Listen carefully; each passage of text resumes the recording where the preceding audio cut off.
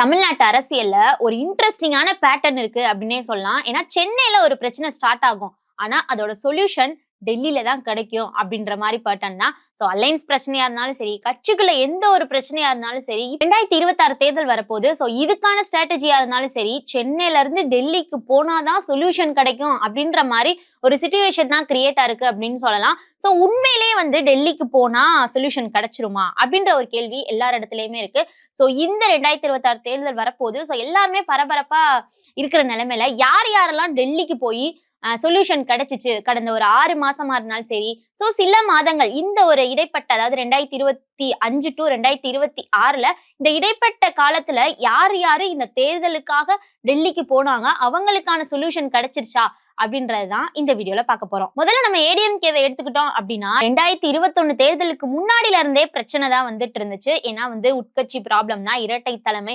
So இந்த மாதிரி கட்சி 3 ஆகுறது, கட்சி 4 ஆகுறது, இந்த மாதிரி பிரச்சனைகள் அதிகமாவே ஏடிஎம்கேல இருந்துச்சு அப்படின்னு சொல்லலாம். சோ ஏடிஎம்கேக்குள்ள 2021ல என்டிஏ அலைன்ஸ் இருந்தாலும் இப்ப 2026 தேர்தல்ல அதிகமாவே பாஜகவுடைய ஆளுமை இந்த ஏடிஎம்கேல இருக்கு அப்படின்னே சொல்லலாம். எந்த ஒரு முடிவா இருந்தாலும் பாஜக கேட்டுதான் ஏடிஎம்கே எடுக்கிறாங்க அப்படின்ற மாதிரி அரசியல் வட்டாரங்கள்ல நிறைய பேச்சுகள் வந்தாலுமே ஏடிஎம்கே சார்பில் இபிஎஸ் அவர்களா இருக்கட்டும், ஓபிஎஸ் அவர்களா இருக்கட்டும், ஏடிஎம்கேல இருந்து பிரிஞ்சு டிடிவி அவர்களா இருக்கட்டும், அதே மாதிரி செங்கோட்டையன் அவர்களா இருக்கட்டும், எல்லாருமே டெல்லிக்கு போயிட்டு வந்துட்டு ஒரு சொல்யூஷனுக்காக, ஒரு முடிவுக்காக போயிட்டு வந்துட்டு இருந்தாங்க. சோ இதுக்கான ஒரு முக்கிய ரீசன் என்னன்னு பார்த்தோம்னா, ஏடிஎம்கே ஒண்ணு சேரணும். சோ ஏடிஎம்கே மொத்தமா ஒண்ணு சேர்ந்தா மட்டும்தான் இந்த 2026 தேர்தலில் ஜெயிக்க முடியும் அப்படின்ற ஒரு இம்பார்ட்டன்டான நோட் பாயிண்ட் தான் பாஜக கொடுத்திருக்காங்க அப்படின்னே சொல்லலாம். சோ இதுக்காகவே பாஜக நிறைய ட்ரை பண்ணாங்க. ஏடிஎம்கேவை ஒண்ணு சேர்க்கணும், ஓபிஎஸ் அவர்களையும் சரி, செங்கோட்டையன் அவர்களையும் சரி, இப்ப டிடிவி அவர்கள் தனி கட்சி ஆரம்பிச்சாலும் இந்த என்டிஏ கூட்டணிக்குள்ள கொண்டு வந்துடணும் அப்படின்னு சொல்லிட்டு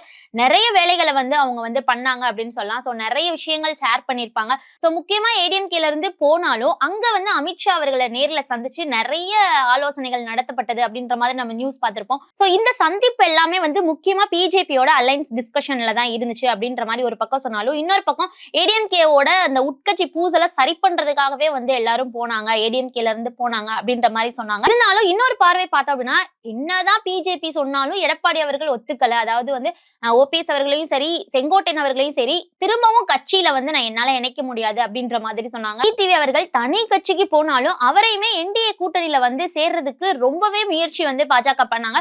சோ அப்பவும் எடப்பாடி அவர்கள் ஒத்துக்கல அப்படின்ற மாதிரி இப்ப கடைசியில 2026 தேர்தலுக்கான கூட்டணியில டிடிவி அவர்கள் சேர்ந்துட்டாங்க. ஆனா அதே சமயத்துல ஓபிஎஸ் அவர்கள் திமுகவுக்கும், செங்கோட்டையன் அவர்கள் டிவிகே பக்கமும் போனதுக்கான ஒரு சொல்யூஷன் தான் கிடைச்சிருக்கு. சோ இதுக்கான சொல்யூஷன் கிடைச்சிருச்சா அப்படின்னு பாத்தீங்கன்னா, அதாவது ஏடிஎம்கே சார்பா இத்தனை பேர் இத்தனை முறை டெல்லிக்கு போயுமே ஏடிஎம்கே ஒண்ணு சேரல அப்படின்ற மாதிரி தான் பார்க்க முடியுது. அதே நேரத்துல சசிகலா அவர்களும் இப்போ புது கட்சி, புது கொடி, புது கட்சியுடைய பெயர் அப்படின்னு சொல்லிட்டு அனௌன்ஸ் பண்ணி அவங்களுமே தனியா தான் இந்த 2026 தேர்தலை சந்திக்க போறாங்க அப்படின்ற மாதிரி நியூஸ் தான் பார்க்க முடியுது. சோ இப்போதைக்கு இந்த ஏடிஎம்கே ஒண்ணு சேர்ந்துச்சா, டெல்லிக்கு போனதுனால சொல்யூஷன் கிடைச்சா அப்படின்னு கேட்டா ஏடிஎம்கேக்கு கிடைக்கல அப்படின்ற மாதிரி தான் சொல்லலாம். சோ அதுக்கப்புறம் நம்ம ஏடிஎம்கே தாண்டி பிஜேபி தலைவர்கள் எத்தனை முறை போனாங்க அப்படின்னு பார்த்தோம் அப்படின்னா, அண்ணாமலை அவர்களும் நயினா நாகேந்திரன் அவர்களும் தான் அடிக்கடி டெல்லிக்கு போய் அமித்ஷா அவர்களை சந்திச்சு இந்த தேர்தலுக்கான பல விஷயங்களை பேசியிருக்காங்க அப்படின்ற மாதிரி தெரியுது. அவங்க பேசினதுக்கான முக்கிய நோக்கமே இந்த அலைன்ஸை தாண்டி ஏடிஎம்கே ஒண்ணு சேரணும் அப்படின்ற மாதிரி தான். ஆனாலும் நிறைய இடத்துல மீடியா பர்சன்ஸை சந்திக்கும் போது அண்ணாமலை அவர்களும் நயினா நாகேந்திரனும் தன்னோட பர்சனல் ஒர்க் அப்படின்னு சொன்னாலும் அதை தாண்டி இந்த 2026 தேர்தலுக்கு நிறைய விஷயங்கள் அமித்ஷா அவர்கள் கூட பேசி ஆலோசனை பண்ணோம் அப்படின்ற மாதிரி நம்மளுக்கு நியூஸ்லாம் நம்ம பார்த்தோம். நெக்ஸ்ட் பாயிண்ட் தொண்டர்களை ஒருங்கிணைப்படுத்தி மொத்த வாக்குகளும் இந்த பிஜேபிக்கு வரணும், அதாவது என்டிஏ கூட்டணிக்கு வரணும் அப்படின்ற பிளான் தான் ரொம்பவே பேசப்பட்டுச்சுன்னு சொல்லலாம். ஏன்னா 2024 நாடாளுமன்ற தேர்தலை கிட்டத்தட்ட 12% பாஜக வாக்குகள் பெற்றிருந்தாங்க. சோ அது மொத்தமாவே நம்மளுக்கு பிஜேபி, அதாவது மொத்தமாவே இந்த 2026 தேர்தல்ல வேணும். சோ அந்த சமயத்துல என்டிஏ கூட்டணியில பிஎம்கேவை சேர்க்கிறதா இருக்கட்டும், தேமுதிகவை சேர்க்கிறதா இருக்கட்டும், அதுக்கப்புறம் டிடிவி அவர்களை சேர்க்கிறதா இருக்கட்டும், ஏடிஎம்கே உடைய தலைவர்களை ஆர்கனைஸ் பண்ணி அவங்கள கன்வின்ஸ் பண்றதா இருக்கட்டும். சோ இது எல்லாத்தையுமே டெல்லியில போய் ஆலோசனை நடத்தி அவங்ககிட்ட கேட்டுதான் ஒன்னொன்னா தமிழ்நாட்டுல எக்ஸிக்யூட் ஆச்சு அப்படின்ற மாதிரி நம்ம அப்ப பார்த்தோம். சோ அப்பயுமே டெல்லிக்கு போறது இதுக்காக தான் அப்படின்னு நிறைய நியூஸ் வந்தாலும் அவங்க பர்சனல் ரீசனும் இருந்துச்சு அப்படின்னே சொல்லலாம். பிஜேபி லீடர்ஸுமே ஒரு முக்கியமான ஒரு ரீசன் என்ன அப்படின்னா, இந்த 2026 தேர்தலை கண்டிப்பான முறையில என்டிஏ வந்து ஜெயிக்கணும் அப்படின்ற ஒரு ஸ்ட்ராட்டஜியை கேட்கறதுக்காக தான் நாங்க போனோம் அப்படின்னு பல முறை செய்தியாளர்கள் பேட்டியில சொல்லியிருக்காங்க. இவங்களோட இஷ்யூ வந்து தீர்ந்துச்சா அப்படின்னா இந்த 2026 தேர்தல்ல என்டிஏ அலைன்ஸ் ஜெயிச்சா மட்டும்தான் இவங்களுக்கான சொல்யூஷன் கிடைச்சிருக்கு அப்படின்ற மாதிரி பார்க்க முடியும். சோ அடுத்து டிஎம்கே லீடர்ஸ்மே வந்து டெல்லிக்கு போய் பாஜகவினரையும் மறைமுகமா சந்திச்சிருக்காங்க. அதே சமயத்துல அவங்களுடைய அலைன்ஸான காங்கிரஸ் தலைவர்களையுமே சந்திச்சிருக்காங்க அப்படின்னு சொல்லலாம். சோ டிஎம்கே தலைவர் பிஜேபியை சந்திச்சிருக்காங்களா அப்படின்னு கேட்டீங்க அப்படின்னா, அதாவது டிஎம்கே லீடர்ஸ் வீட்ல ரைடு வந்திருக்கலாம். சோ அப்ப வந்து நிர்மலா சீதாராமன் அவர்களை சந்திச்சதா இருக்கட்டும். சோ சில இஷ்யூஸ் காரணமா சந்திச்சோம் அப்படின்னாலும் இது வந்து ஒரு அமலாக்கத்துறை டிபார்ட்மெண்ட்ல இருக்கிறதுனால இது வந்து நாங்க சந்திப்பு வந்து இந்த நார்மலான சந்திப்பு அப்படின்னு சொன்னாலும் அப்ப மீடியால வந்து ரைடு நடந்ததுனால டெல்லிக்கு போயிருக்காங்க அப்படின்ற பார்வை அப்போ வந்து ஒரு ரூமரா வந்து கிரியேட் ஆச்சு அப்படின்னே சொல்லலாம். சோ டிஎம்கே லீடர்ஸுமே வந்து டெல்லிக்கு போயிருக்காங்க அப்படின்னு தான் நம்ம பார்க்க முடியுது. சோ ஓவராலா இந்த ஒரு 6 மாத ஹிஸ்டரியை வந்து நம்ம புரட்டி பார்த்தோம் அப்படின்னா ஏடிஎம்கே பொறுத்தவரையும் அலைன்ஸ் மற்றும் பார்ட்டி கிரைசிஸ்க்காக தான் வந்து அவங்க போயிருக்காங்க அப்படின்ற மாதிரி தெரியுது. டிஎம்கே அப்கோர்ஸ் அலைன்ஸ்க்காகவும் சில பல ஒரு இஷ்யூஸை வந்து ஃபேஸ் பண்றதுக்காக போயிருக்காங்க. ஸோ பிஜேபியில இருந்து போனதுமே அவங்களோட தலைவர்களை அவங்களோட கட்சியோடைய தலைமையை சந்திச்சாலும் இந்த 2026 தேர்தலுக்கான ஒரு ஸ்ட்ராட்டஜி பிளஸ் வந்து ஏடிஎம்கே ஒன்னு சேர்க்கணும். சோ இந்த மாதிரி இஷ்யூக்காக தான் அவங்களும் போயிருக்காங்க அப்படின்னு சொல்லலாம். சோ இதுல என்ன இன்ட்ரெஸ்டிங்கான பாயிண்ட் அப்படின்னு பார்த்தோம் அப்படின்னா எந்த ஒரு மேஜர் பொலிட்டிக்கல் ப்ராப்ளம்ஸ்க்குமே வந்து ஒரு ப்ராப்பரான சொல்யூஷன் கிடைக்கல அப்படின்றதான் பார்க்க முடியுது.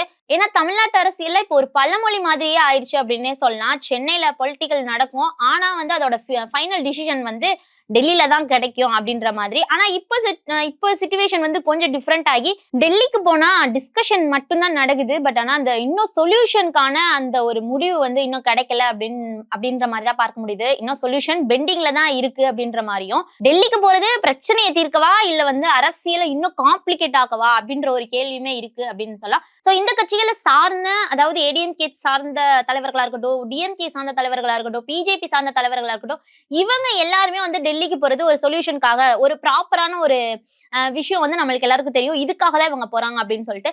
சோ இப்போ வந்து ரீசன்ட் டேஸ்ல விஜய் அவர்கள் வந்து இப்போ டெல்லி சிபிஐ விசாரணைக்காக போயிருக்காங்க. சோ இந்த இடத்துலயுமே வந்து நிறைய அழுத்தம் வந்து விஜய் அவர்களுக்கு இருக்கு அப்படின்ற ஒரு கண்ணோட்டமும் வந்து அரசியல் வல்லுநர்கள் மத்தியில இருக்கு அப்படின்னே சொல்லலாம். சோ இதுவுமே வந்து அதாவது கரூர் இஷ்யூக்காக இப்ப சிபிஐ விசாரணைக்கு அவர் போனாலும் பிளஸ் ஜனநாயகன் கான்ட்ரவர்சியுமே வந்து உள்ள வருது. சோ தேர்தலுக்கு முன்னாடி ஜனநாயகன் படம் வந்துச்சு அப்படின்னா இன்னும் பெரிய தாக்கத்தை ஏற்படுத்தும் அப்படின்றதுக்காகவே ஜனநாயகன் படத்தை வந்து ஸ்டாப் பண்ணி வச்சிருக்காங்க அப்படின்ற மாதிரியும். சோ திரும்ப திரும்ப சிபிஐ விசாரணையை வந்து இவருக்கு வந்து இந்த தேர்தல் நேரத்துல கொடுக்கறதுனால இன்னுமே இவருக்கு வந்து அழுத்தம் கொடுக்கப்படுது அப்படின்ற மாதிரியும் பார்க்க முடியுது. சோ இதனாலேயே விஜய் அவர்கள் இந்த தேர்தல் வரதுனால சிபிஐ விசாரணையை சென்னையில வந்து மாத்தி அமைக்கிற மாதிரி ரெக்வெஸ்ட் எல்லாம் விட்டுருக்காரு. சோ அதெல்லாம் நம்ம பார்த்தோம். சோ சிபிஐ விசாரணைக்கு டெல்லிக்கு போனது விஜய் அவர்கள் என்டிஏ கூட்டணியில சேர்றதுக்காக மட்டும்தான் அப்படின்ற மாதிரியும் ஒரு கருத்து வந்து உலா வந்துச்சு. இதையுமே தாவேகாவினர் வந்து மறுப்பு தெரிவிச்சாலும் அந்த சூழ்நிலை அதாவது அப்ப போன நிலைமையில வந்து விஜய் அவர்கள் என்டிஏ கூட்டணியில தான் சேர்றதுக்கான அழுத்தம் அதிகமான அளவுல அவருக்கு இருக்கு அப்படின்ற மாதிரியும் சொல்லப்படுச்சு.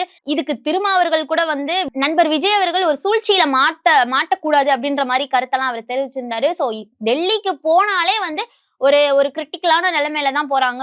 ஒரு சொல்யூஷனை கிடைக்கிறதுக்காக தான் போறாங்க. இவங்களுக்கு நிறைய ப்ராப்ளம்ஸ் இருக்கு அப்படின்ற மாதிரி தான் இருக்கு. ஏதாவது பாடியில ப்ராப்ளம் வந்துச்சு நம்ம ஹாஸ்பிட்டல் போறோம் அப்படின்ற மாதிரி இப்போ ப்ராப்ளம் வந்து சென்னையில வந்துருச்சு, பொலிட்டிக்கலா ஏதாவது ஒரு அரசியல் பிரச்சனை வந்துருச்சு அப்படின்னா நம்ம டெல்லிக்கு போற சிச்சுவேஷனா மாறிடுச்சு அப்படின்னே சொல்லலாம். சோ இந்த ஒரு விஷயம் 2026 தேர்தலுக்கு எந்த அளவுக்கு தாக்கத்தை ஏற்படுத்தும் அப்படின்னு உங்களோட பார்வையில தெரிஞ்சா நீங்க வந்து கமெண்ட்ஸ் சொல்லுங்க. சோ டெல்லிக்கு போனா கட்டாயம் சொல்யூஷன் கிடைச்சிருமா அப்படின்றதையும் கமெண்ட்ஸ் சொல்லுங்க.